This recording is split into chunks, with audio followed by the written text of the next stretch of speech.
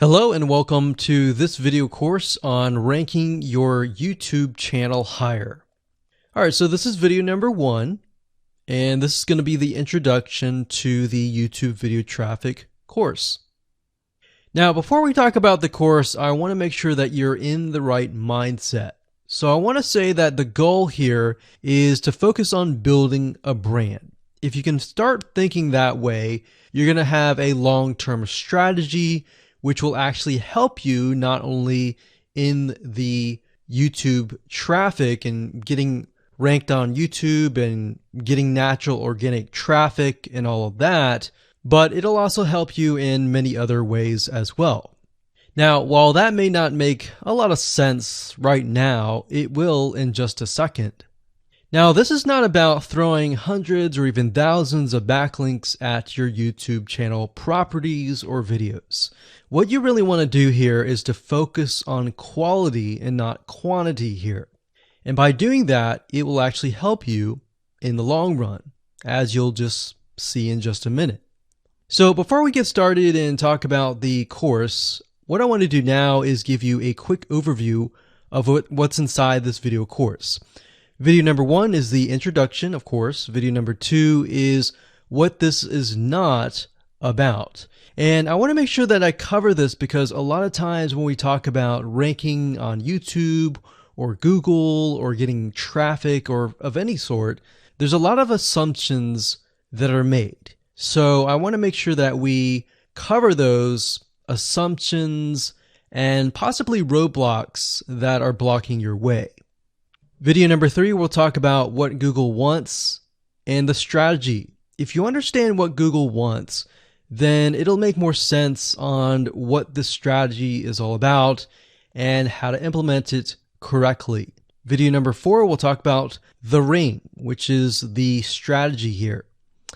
And of course, video number 5, we'll talk about how to automate the ring. Video number 6, we'll talk about account creation. And video number 7, we'll talk about how to outsource the account creation and the very tedious process of building the ring. And of course, video number 8, we'll talk about testing this out.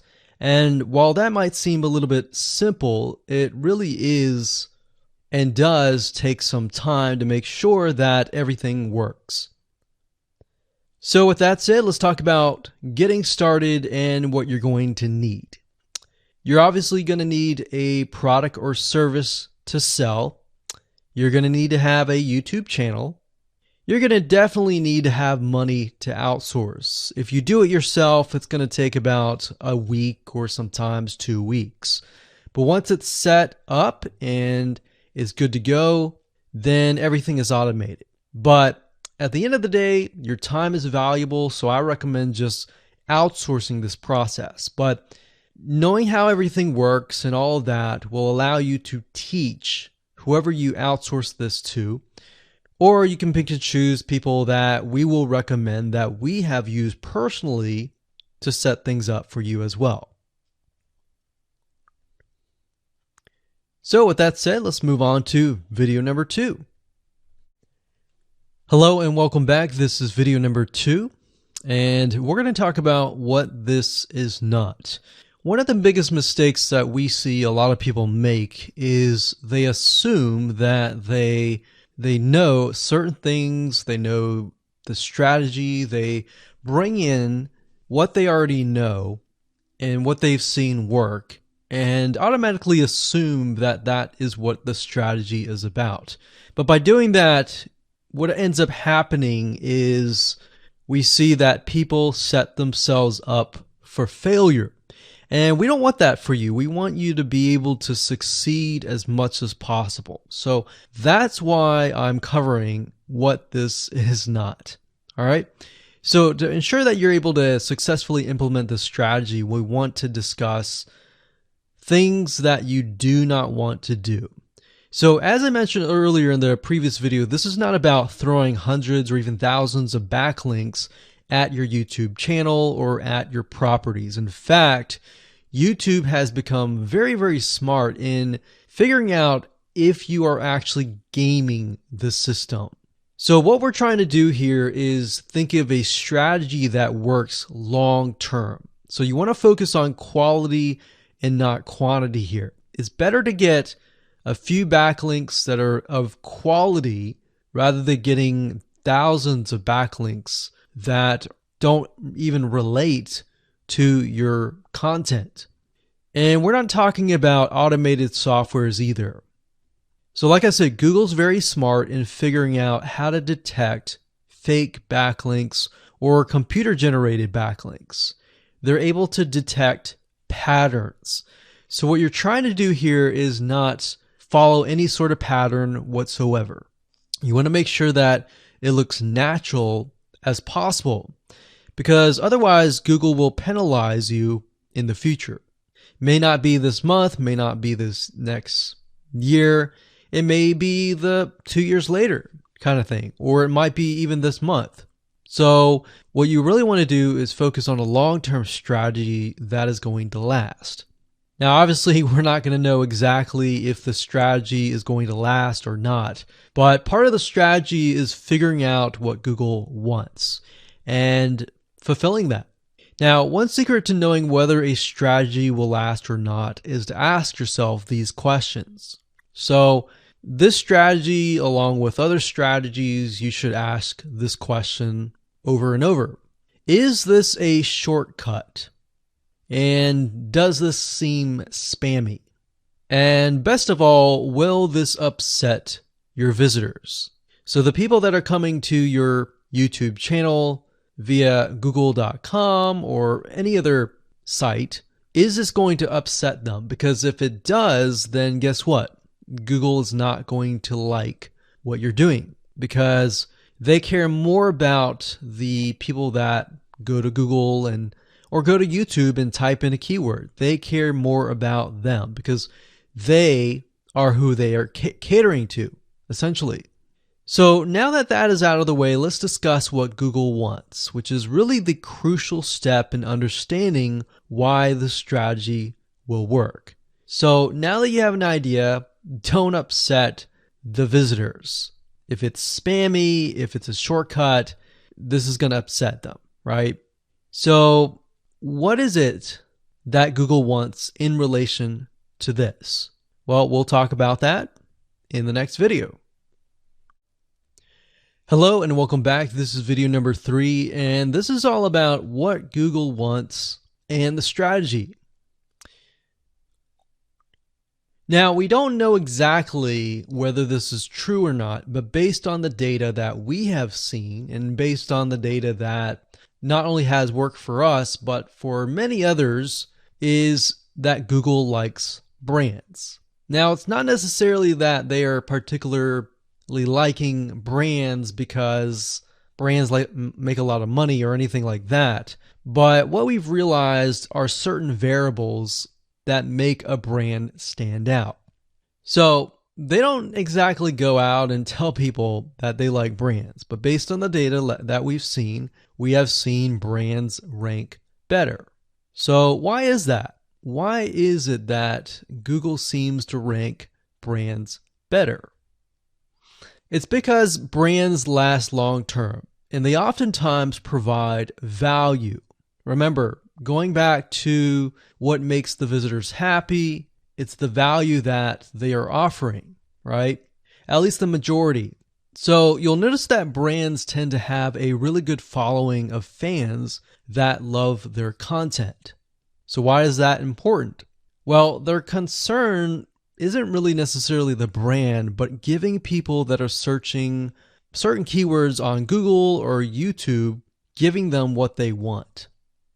Now, you'll notice that brands attract a consistent following as well. So Google likes it when they find that there's not only a good following, but a good engaging and good interaction. So their fans click and engage with their content more. And YouTube likes that. They love engagement. If you take a look at videos that rank really well, you'll notice commonality, and you'll notice that they have a lot of likes, they have a lot of comments. Essentially, they have engagement. And engagement is essentially the currency of YouTube. So whether somebody gets a bad comment or a good comment, a comment is a comment. A comment essentially, if you think about it, is worth about $1. Now, we're just saying that because it's like currency, engagement. Now, this means there is a higher CTR, or in other words, click-through rate. So if you have fans that really love a specific brand, they're most likely going to come back over and over again, right? So higher engagement is what Google likes to see. Higher engagement means that the fans really like the content. So this is based on the data that we have received and based on the data that we have observed. So the strategy here is to make sure that you look like a brand and you do backlinking like a brand. Make sense? So what does backlinking like a brand look like? Well, if you think about the visitors that are coming to that brand, they are looking at it, they're engaging with it, they're sharing it with their friends. Now, like I said earlier, there's no exact this is the way it is, but based on the data that we have gathered over the years and what we see, what works and what hasn't, we can safely say that looking like a brand will be better for your YouTube channel. And of course, gathering a fan base and a good following that is interacting with your content is also key. Now, if you look at brands, they have many social properties besides YouTube channels. They've got Facebook.com, they have Twitter, they have Snapchat, and more.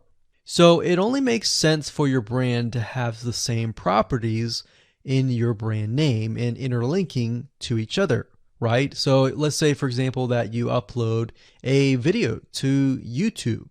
Then it's going to make sense for you to post that same YouTube video or share it via Facebook, Twitter, Snapchat, and more.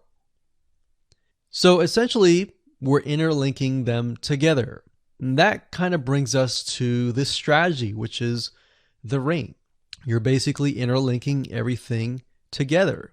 So like I said, for example, you post a video on YouTube, it needs to be pushed to Twitter, your Facebook fan page, and other social properties.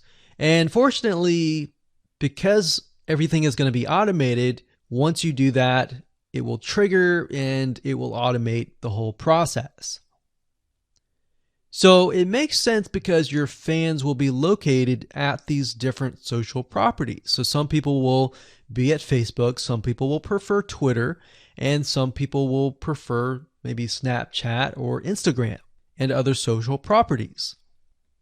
But if you think about it, it sounds very time consuming and tedious, right? And yes, it is, but once everything is set up, it will actually make your life a lot easier. But like I said, don't worry, we're going to show you how to speed things up with a few dollars. So with that said, let's move on to video number 4. Hello and welcome back. This is video number 4. And we're going to talk about the ring, which is the strategy. So in the previous video, we discussed why having different social media properties interlinked together can help Google see you as a brand who is sharing your content to your audience. In other words, these aren't just random backlinks, but links from big sites that are branded towards your company.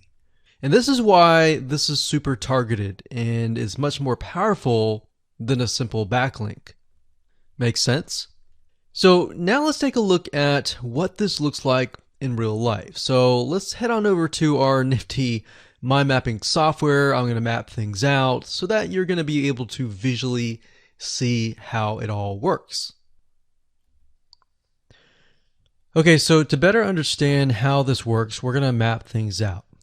Now, before we map things out, I want to start with some basics, and let's just pull this out here.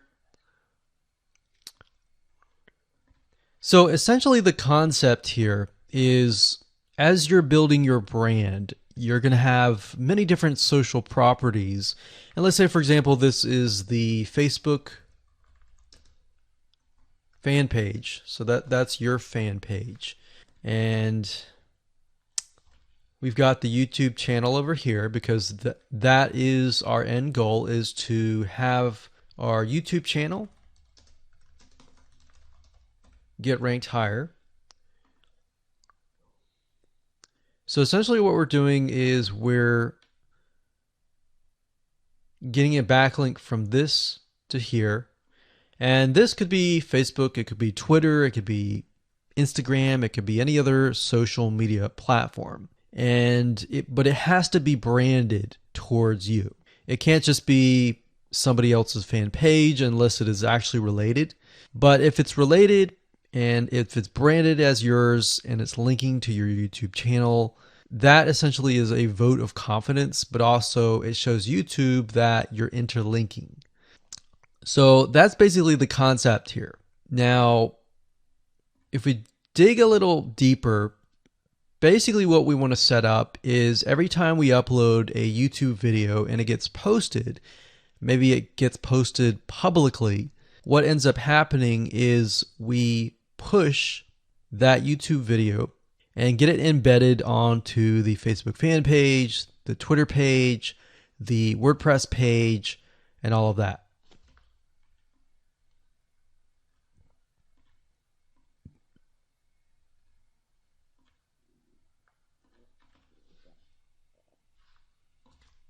So we'll put Twitter.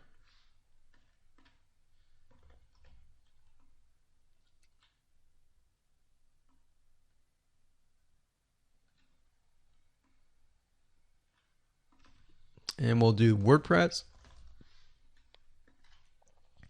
So as you can imagine, you've got the centerpiece here. You've got different social media platforms that are posted. Now, there isn't necessarily a set rule where you have to post it to X amount of social media properties. It can be 5, it can be 10, it could be 20, it could be different social media platforms. But in order to execute this and get it correctly, you will need to make sure that the platform that we use to automate this process actually supports that specific social media platform. So essentially this is what works, and this is basically what it is. So obviously in order to get this to work, you'll need to have a YouTube channel, you'll need to have the Facebook fan page, you'll need to have all these items in hand. So you'll need to have the username and password and all that. And we'll talk more about account creation later, but I just wanted to give you kind of a gist of what everything looks like and the visual map of it all. Hello and welcome back. This is video number 5. We're going to talk about how to automate the ring. Now that you understand how everything is interlinked, how everything is connected, and how you can kind of be creative and make your own ring. So after viewing the previous video, you can imagine how tedious and overwhelming it is to have to maintain the ring, much less get it set up yourself. But lucky for you, there is a way to automate it once you have set things up. It's getting things set up is the tedious process. Now, there's a software platform called IFTTT, and there's another one called Zapier.com that allows you to automate the process of moving content all around your social properties. So you could take a YouTube video and have it pushed to your WordPress site. And by pushed, I mean have it embedded on your WordPress site and then have it shared on your Facebook fan page, your Twitter page, your Instagram, and all of that. So you have essentially what we call triggers that whenever the trigger happens, then something else happens. So what IFTTT stands for is if, then, this, that. So if this happens, then what kind of deal. Now, between the two, Zapier will cost you a lot of money after a while. A lot of times they'll give you some free triggers and zaps, which is what they call it. And beyond that, it will cost money. Whereas with IFTTT, it's just as good, but it's free. So let's hop on over and show you how IFTTT works. Okay, so if you head on over to ifttt.com, that's ifttt, 3ts.com, you'll see this page. You can go ahead and create an account, and you'll find a lot of really cool, interesting triggers, is what we call it, in ifttt. So what a trigger is let's say you upload a YouTube video, and then the system detects that the video has been uploaded. What do you want to happen after that happens? So if YouTube video has been uploaded, then post it to WordPress.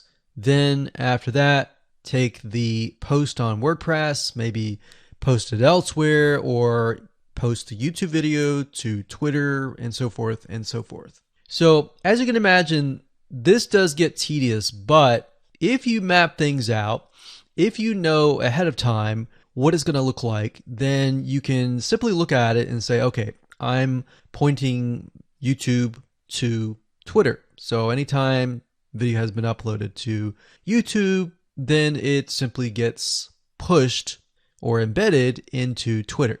So we need to make a IFTTT trigger for that. So to do that, it's very easy. All you have to do is go to My Applets up here, and you can do a search for applets. Now services over here, I'm not going to click that, but this tab here allows you to essentially connect to all the services that you're going to be using. So for example, as you can see here, I've got Tumblr to Weebly, RSS to Google Drive, a YouTube like to OneNote, YouTube like to Facebook page. And the reason why you might want to have YouTube likes is, let's say for example that you already have maybe 50 videos on your YouTube channel, but you want to find a way to get those videos embedded. So what we figured out is that YouTube likes is the way to go. So obviously you can't re-upload a video that hasn't already been uploaded and is already getting thousands of views. The way you go about it is create a YouTube like trigger so that you can simply like it, and then it gets posted to throughout your network. Now, as you can see here, you can easily get lost in the mix of everything. So that's why I said visually map everything out first, and then from that point, then you can simply go in and set things up. So like Blogger to Weebly, YouTube to Facebook, YouTube to Blogger, YouTube to Instapaper, YouTube to DIIGO, YouTube to Google Plus page via Buffer, and all that. And we got YouTube to Tumblr, YouTube to Twitter. So it can go on and on and on if you really want it to, or you can simply pick and choose what you want and what you don't want and go from there. Now, in order to turn them on, you can simply click here to turn them on. But for the sake of just showing you, this is what it looks like. So as you can see, the Tumblr to Weebly is activated. So when it is activated, it'll have the on button and the green light. Hello and welcome to video number 6, and we're going to talk about account creation. Okay, so obviously in order to set up the IFTTT ring, you need to have accounts for all of your branded social properties. So in other words, you need to have the username and password for Facebook, for Twitter, for all the other social media properties. Now obviously if you already have some, then great. You don't have to create those. But for the ones that you do not have, you want to be able to create those. Now, while that does sound very simple, there's a few things that you really need to focus on. So to make sure that you're successfully able to do this without risking your accounts being closed, and that does happen, we're going to cover a few things that you must do with all of your accounts. In fact, some of our accounts have been banned or closed by mistake because it has to be done a certain way. So you need to make sure that you have everything correct. Now, first, you need to have an email address, preferably a Gmail account or an email account that is reliable. And you need to have one email address for that. Typically, you want to have something that is branded as well, because you never know with these social media platforms if they're analyzing every step of the process. Now, most social media accounts we have found require you to have a unique telephone number. So you will need to use either yours or you'll need to get one. If you don't have one and you don't want to use your personal telephone, there are several places to get unique telephone numbers that can be used for both voice and SMS. And the reason why you want to have it for SMS as well is because some of these social media platforms will send you a text message. Now, one in particular that we use is called line2.com. That's line2.com. And of course, there are many out there, but this is just one that we have tested and it works really well. So a lot of times when you create a brand new social media property, an account, you need to have a unique telephone number. Now, the reason for needing a unique telephone number is because most social media platforms, they really want to make sure that you are legitimate, especially nowadays. They have a lot of checks and balances and things that you need to get around to make sure that your account stays open. In fact, recently Facebook has been on a major crackdown, especially with everything that's been going on in the news. They want to make sure that you are legit and that you are not fake. Another thing is you'll also need to have a short bio, a description about your business, your website URL, a picture that is yours, and a professional, or if you don't have your picture, you can use a professionally royalty-free stock photo. Now, why do you need all this information? Well, the reason why you need all this information is because when it comes to account creation, you are going to need to have every piece of these items in hand to copy and paste over. Obviously, if you outsource this process, it's going to be a lot easier. And with that case, you're definitely going to need these items. And it's just going to make your life a lot easier when you're able to copy and paste and all of that. Your picture is actually very important because even Facebook will review photos on all accounts to make sure that fake accounts are not created. In fact, we created an account one time and it was using kind of a fake image. And even though it was royalty free and all of that, Facebook declined it and in fact did not approve the account. So they really want to make sure that your account is legitimate. Now, it's best if you take all this information and you write it out in an Excel spreadsheet so that you have it in hand, you have the username and passwords of all the social media properties, and you can simply log in and begin to create the accounts. So those are kind of the best practices that we have found over the years in terms of creating accounts. And while some of those seem very basic, the one that really stood out that was really important was making sure that you had that unique telephone number. Okay, so hello and welcome to video number 7. We're going to talk about outsourcing.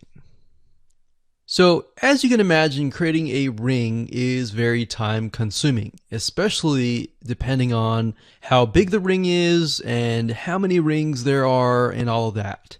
So it can go anywhere from a few hours to a few days to even a few weeks. And that's the reality of it, is it takes hard work, but once it is set up and running, then you will begin to get better search engine ranking and you'll be able to get more exposure. So like I said, it can take a week or two for someone who's never done this before. In fact, if you outsource it, it's most likely going to take about a week for somebody who knows how to get things done, because account creation takes a lot of time, and then connecting everything from the triggers to the if else statements and all of that. So what we found over the years is outsourcing is worth it. It's only about $50 to $100 if your 2 weeks are worth more. Obviously, if you're struggling with money and time is of essence and you have a lot of time, then you can set these up yourself. But for the most part, we found that you really need to focus on your business and on whatever you're promoting. So go ahead and outsource this and it'll be worth your while. So let's discuss where you should go to find someone, and lucky for you, we've actually used several of these places, so we will show you particular vendors and freelancers that we have used so that you can simply just copy and paste. So what you want to do is you want to go to a specific website called legit.com with two I's, so LEGIIT.com. And when you get to this page, you want to type in IFTTT up at the top in the search bar, click enter, and then you're going to see a bunch of freelancers that can provide this service. So as you can see here, it says I will create an IFTTT network, and as you can see, there are like 4 different rings. So typically one ring will cost you about $50. So this guy here, his name is Gemini Guy. We've actually used him before and gotten fairly good results. And what he'll do is all you have to do is give him the information for, like I said, the accounts, and have the username and password.